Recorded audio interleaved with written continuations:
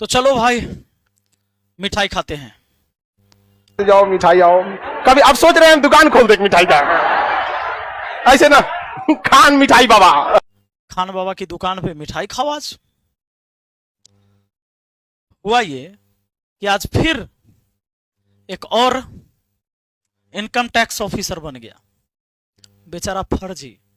दिक्कत यह है कि ये सब कहते रहते नहीं खान भगवान है, हमारे देवता हैं, उनको तुम बदनाम कर रहे हो। तो समस्या है कि भाई ये चीजें आ जाती है, मैं निकाल निकाल के लेके आ जाता हूं।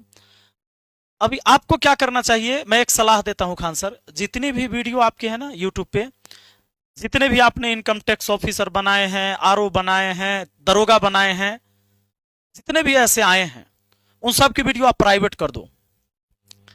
क्योंकि अगर आप प्राइवेट नहीं करोगे, बाकी छात्रों आपको देखने के लिए बाकी लोग जिनको आंख खोलना है, इनका ये जो फर्जी वाला इनकम टैक्स ऑफिसर बना, इनकम टैक्स डिपार्टमेंट, देखो भाई इनकम टैक्स डिपार्टमेंट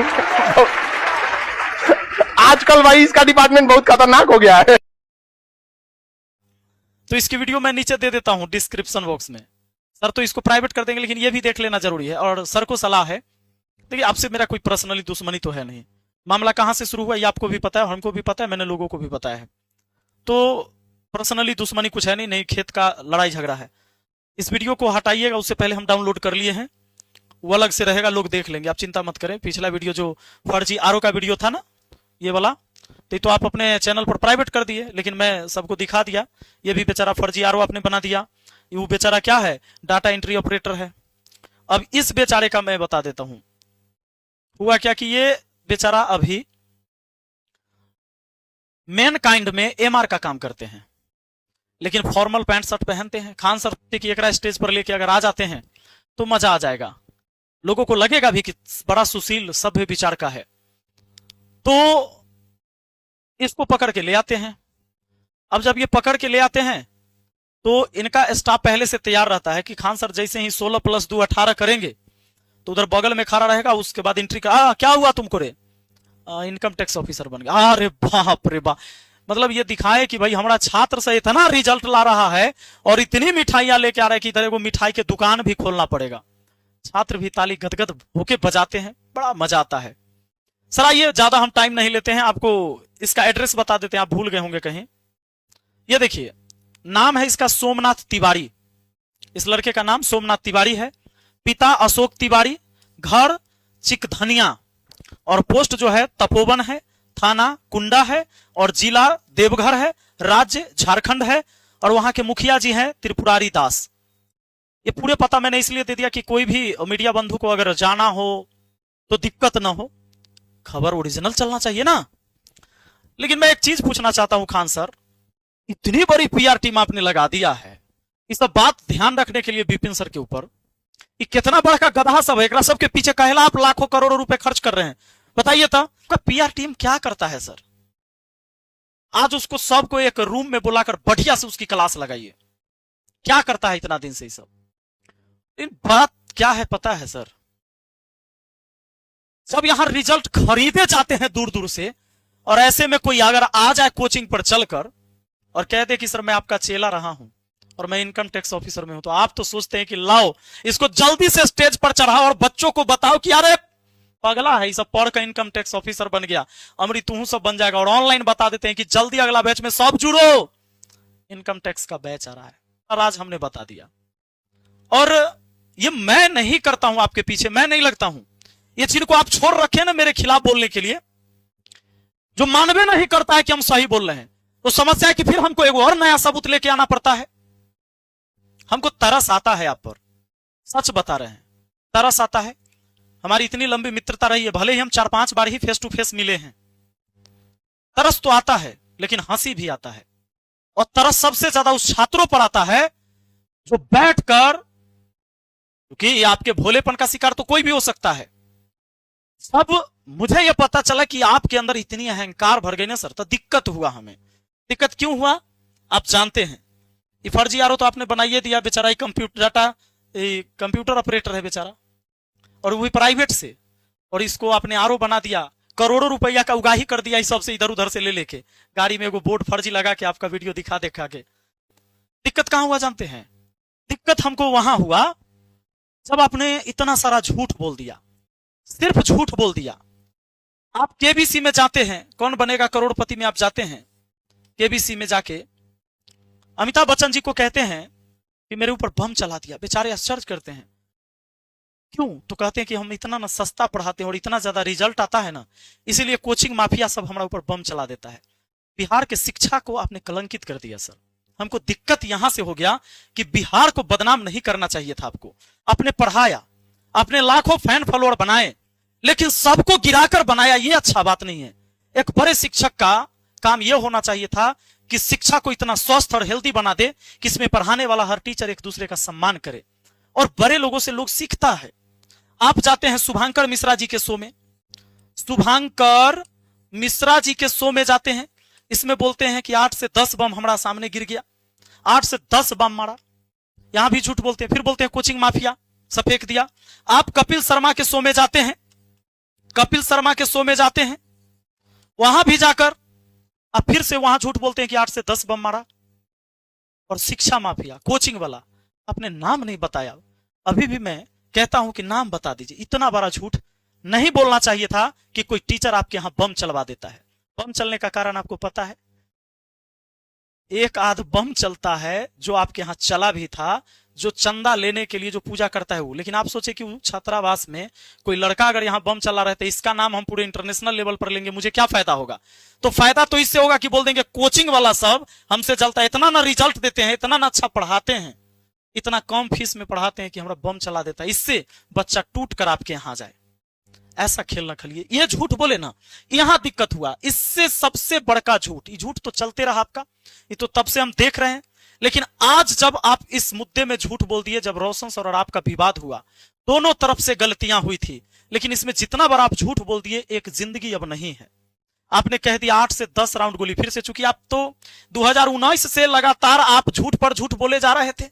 यह आदत था आपको कि 2026 में, चूंकि इस समय यहां से 2019 से खाली बम का प्रचार आप कर रहे थे, 8 से 10 बम का लगातार आप प्रचार करते रहे।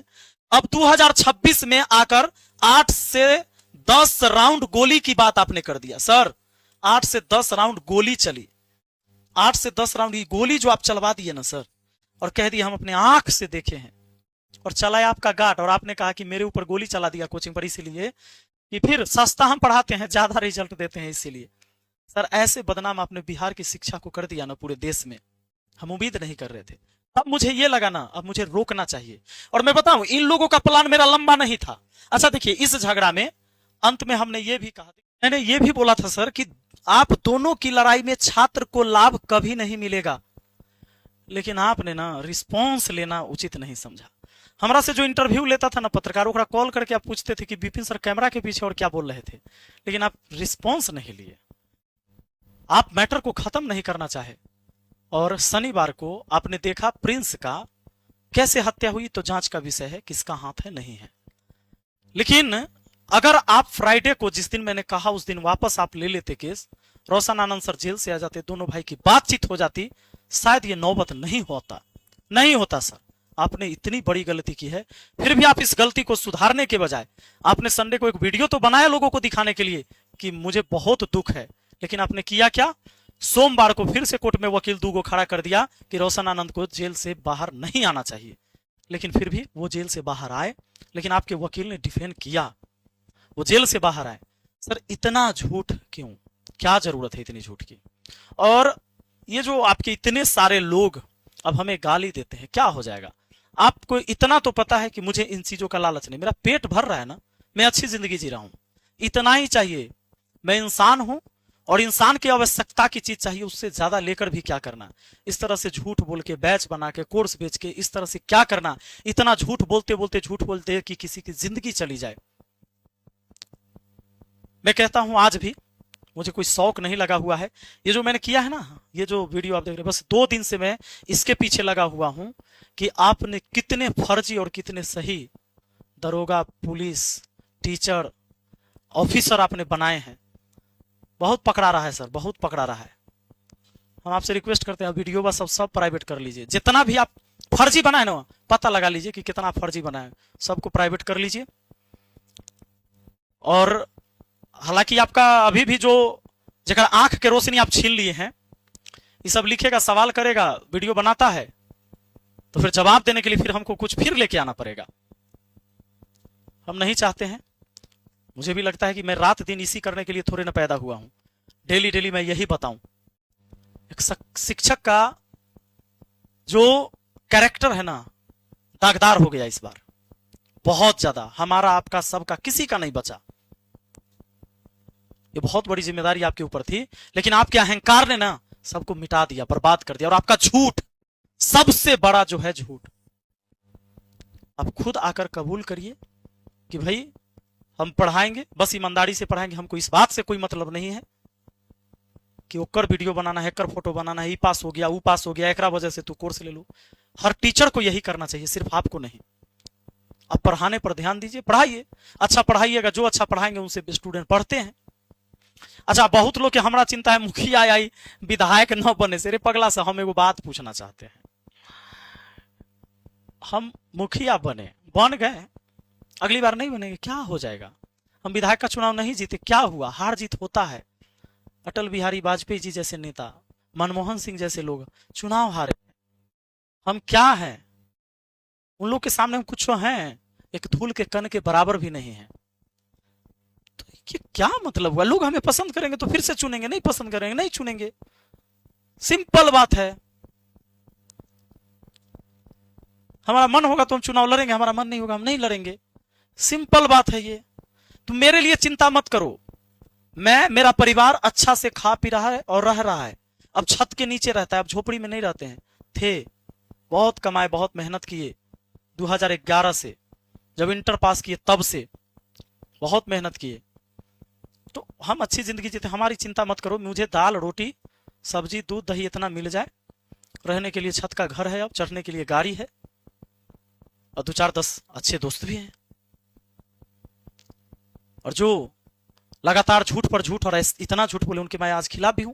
मेरा इनसे कोई पर्सनली दुश्मनी नहीं, मेरा जमीन का झगड़ा नहीं है।